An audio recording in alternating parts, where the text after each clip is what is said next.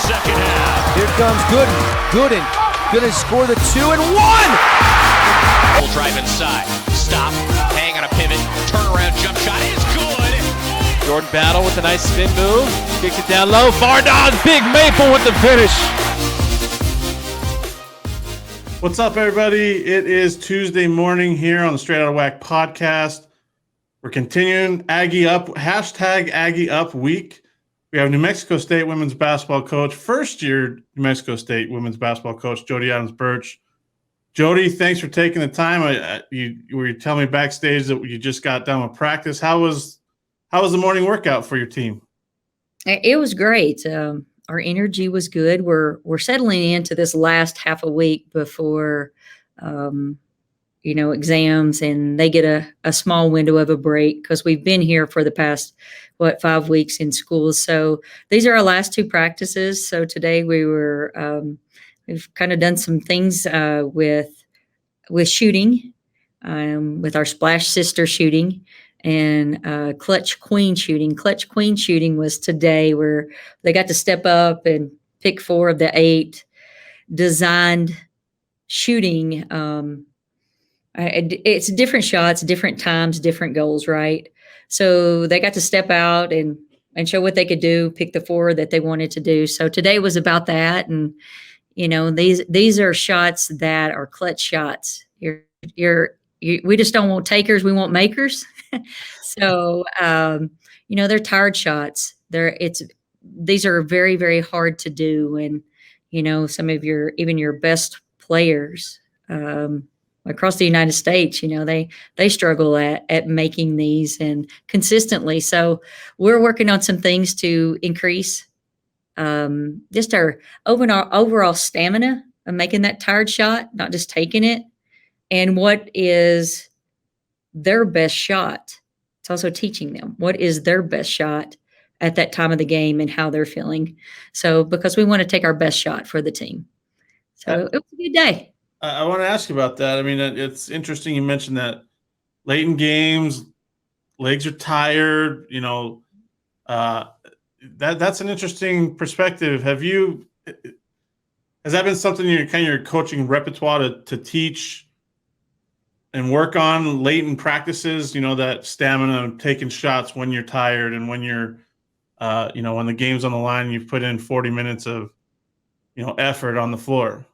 No, we talk about our 20 square feet in our program, and our 20 square feet is where, we take ownership of this program, and being here. That starts with our culture and the character that drives the results. So execution for us is executing our culture. So yes, this has been in my philosophy of coaching and understanding really what drives those results that we want.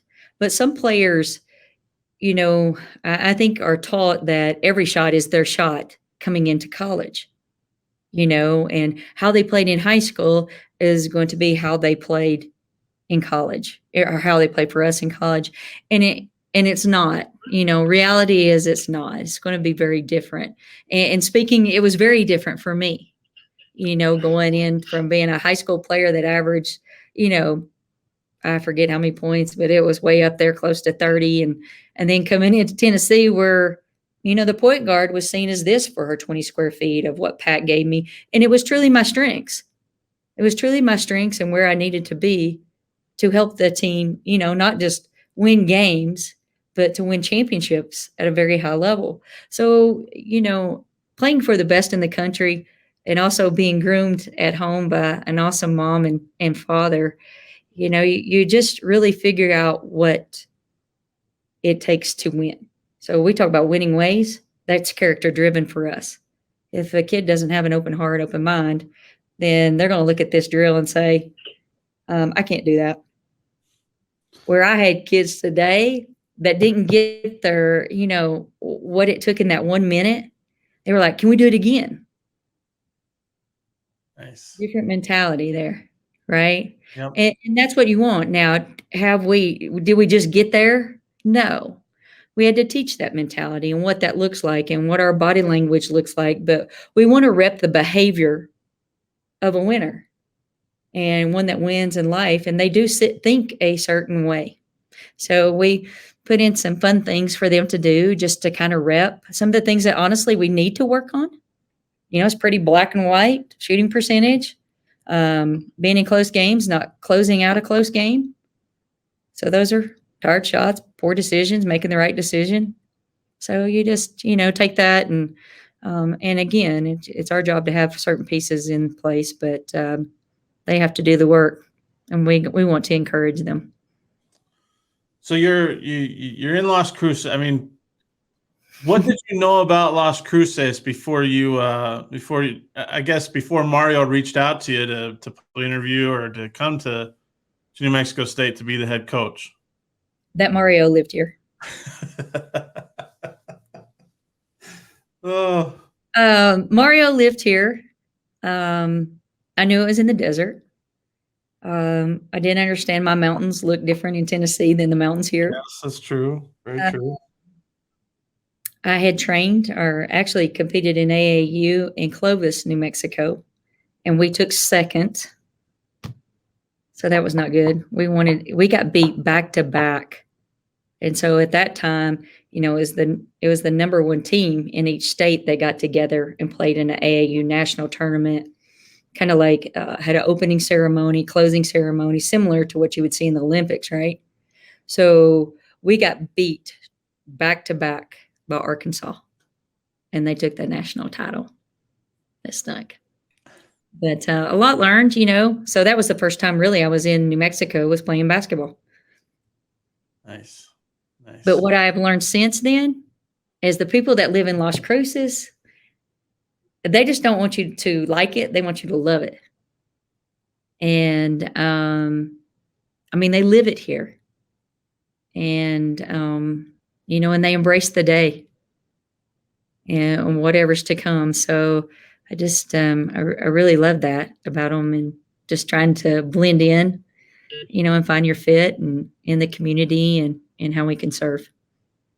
I like it. I was down there in Las Cruces last March. It was the final regular season game where the Aggie men clinched the regular season, or share the regular season title against Utah Valley. And they're the Aggie fans and the Las Cruces, community, they're pretty vocal about where you eat, and trying the true Mexican food, and but they're loyal to their Aggies. And I know that you've gotten a taste so far, and you kind of mentioned it, but like, what have you learned about these Aggie fans that you've met and interacted with as you've been around the community with Greg Heyer and Jerry Kill and Mario and so forth?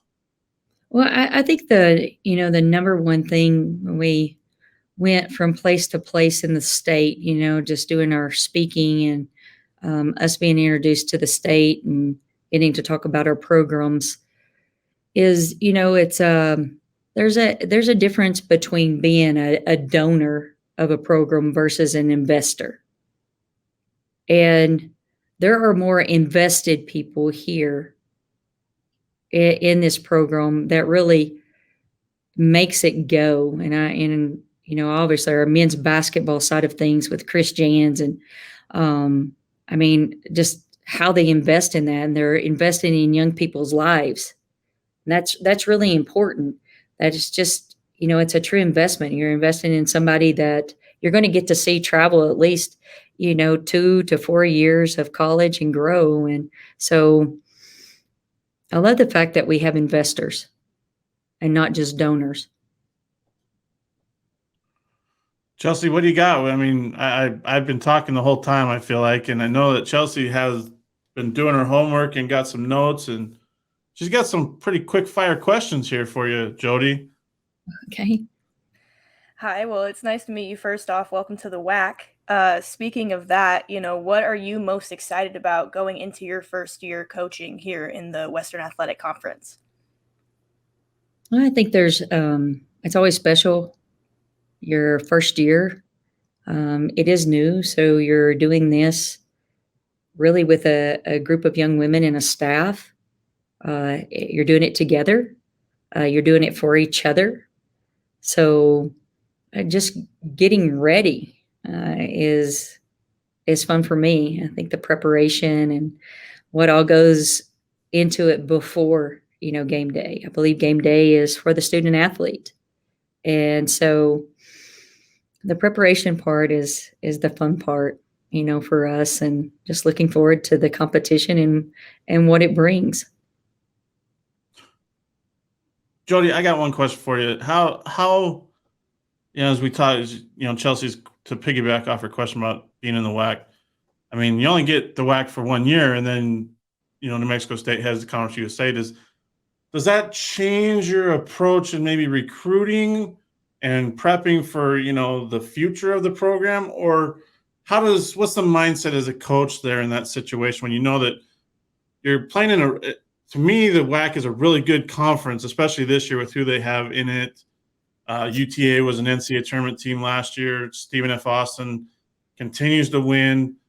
Grand Canyon just gets better. California Baptist has had recent success. Southern Utah, is at the top of the Big Sky.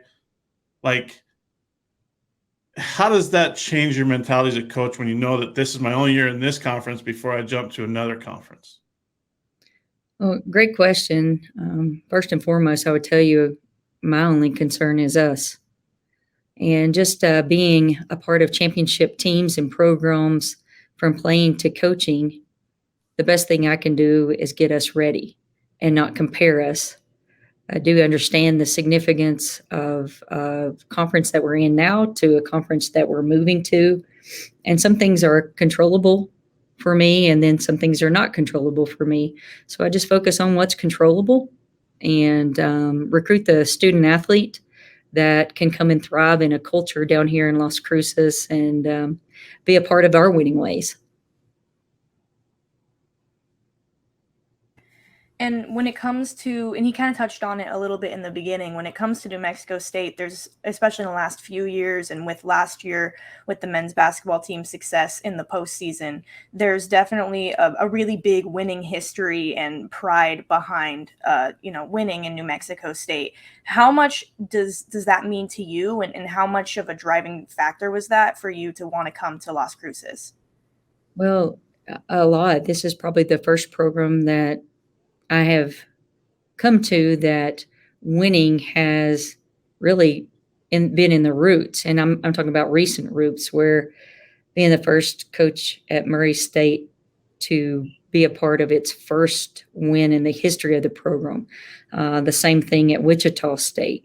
Come here, their last championship team was in 2019. So winning is definitely in the roots. And obviously, it's something that they want to return to. So I think it's great that the seeds have been planted. Now it's just trying to grow, and our culture and the way that we're going to win, and, the type of student athlete that fits best here. And I admittedly geeked out a little bit when I was researching you and saw that you played under the late, great Pat Summitt. What kind of impact did she have on you, both on and off the court, going into your coaching career?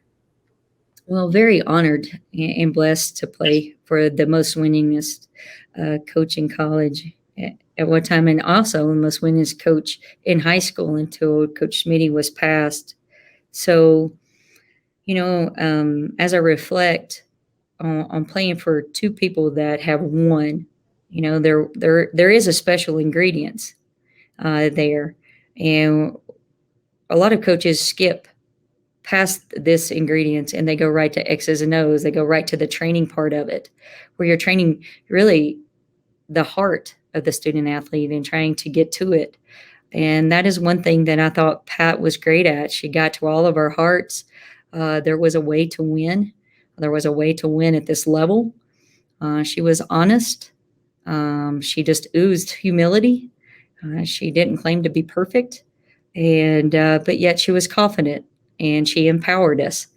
And so, I got to see my coach, my mentor, my friend, be very successful, but also empower young women to be very successful, and not just on the court, but off the court. So she had a vision for me. that my parents didn't even have, to be quite honest, with you. I probably thought I would be a teacher in high school, which today those are rock star people, no doubt. But she had a different vision of me, and that was being at the college level, and that was a very quiet kid to being a kid that could communicate and speak in front of a couple of hundred, and to be able to share her story. But that's what I saw, and I got to see that at home, and just very humbled to be able to pay it forward in what she has done for me and how she has blessed me. And those ways were not X's and O's. It was how she got to my heart. She helped me understand the young lady that I truly was, and why I do what I do. And it was serving. So there's only 161 of us. And so to be able to continue to pass those ways on today and in today's generation, but do it very differently, it's about the coolest thing ever. So I think I have a pretty cool job. Yeah, I would say so. I definitely agree with that.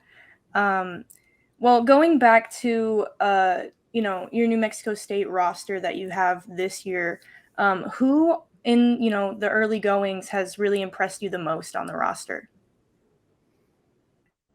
Well, I would say there are a couple people. Our international players have been in and out just with FIBA, so they haven't been here the whole time. Here today, just circling up, and everybody being in that circle was awesome. So, but what I would tell you is the 9 that I met, all 9 of them stayed, and every one of those young ladies has grown in what we're implementing. So it's hard to really say, okay, this kid is going to do this or this kid's going to do that, because they have all done something that has really just shined from day one of it was just me by myself with them on the court. And I really think that has a lot to do with how they believe. And that is something that we talk about, is our big belief, because you got to believe you can do it before you can execute it. And then you can train, your body to get there and execute it, whatever it is you're trying to accomplish. So it's really hard for me to say just one or two. But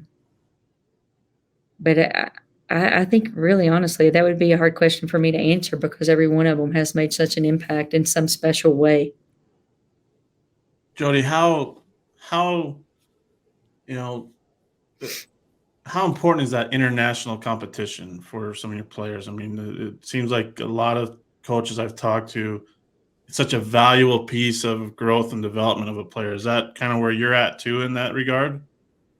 Well, I think for our international players, yes. And I think, we should give them the ability to go back home and try out and to get feedback from, who they're playing for in their country or would like to play for, because that's usually a goal of theirs, to get the feedback of what they would need to make the team, and what position they would have to play. So I could have them in a very different position, but yet hearing the feedback that they get from overseas and how to incorporate in our skill development, because I think that is one of our strengths of our staff, is our skill development and our teaching, and being able to package that together. And so there's 20 square feet here, but yet understanding who they're trying to be or what they're needing to be is often less. Like I said, what I did in high school is not what I'm doing in college. At the national level, that even gets narrowed. So a lot of times it has to be, okay, they need strength. They need enhancement in certain areas of, being vocal, running a team. So it goes back to the character-driven qualities of leadership and where they can make a difference at the national level. So from body type to getting stronger, and which is going to enhance the skill development that we can help them with here too. So there's kind of probably a 3-phase of the mental part. Well, staying on the topic of those international players, you have 6 countries represented, including the U.S., on the roster. How much does that mean to you, and how much does that impact the kind of, I guess, the chemistry and the locker room approach? Well, coming in, and we will get to spend even more time together, because I think it's very important for us to understand, everybody that comes from, a different country, and, what they love about their country, what they embrace. We want them to share. We get to share because they're coming here. So they get to live it here where we don't. It's I think it's a pretty neat family time for us to be able to sit down and do that. And I just look forward to more time doing that, because how we do family, because family is something that you will see worn on our practice shirts, and it's forget about me, I love you.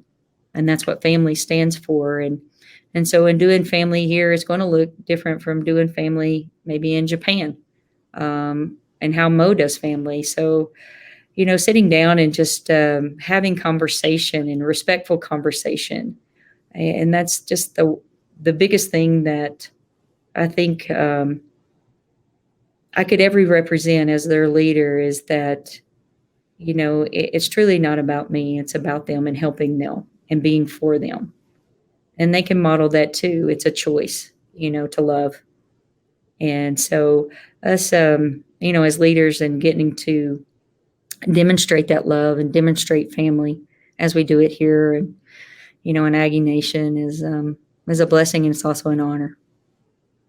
Jody, got one last question here, so we can let you get back to getting ready for the season and getting ready with your team. Any word on your two questions actually. First off, what did you think of the matchups that came out yesterday regarding conference play and the home where you get 6 teams home and home, and then you got 6 other teams you only play once? So did you have any thoughts on that when you saw it? Well, it helped us get some home games.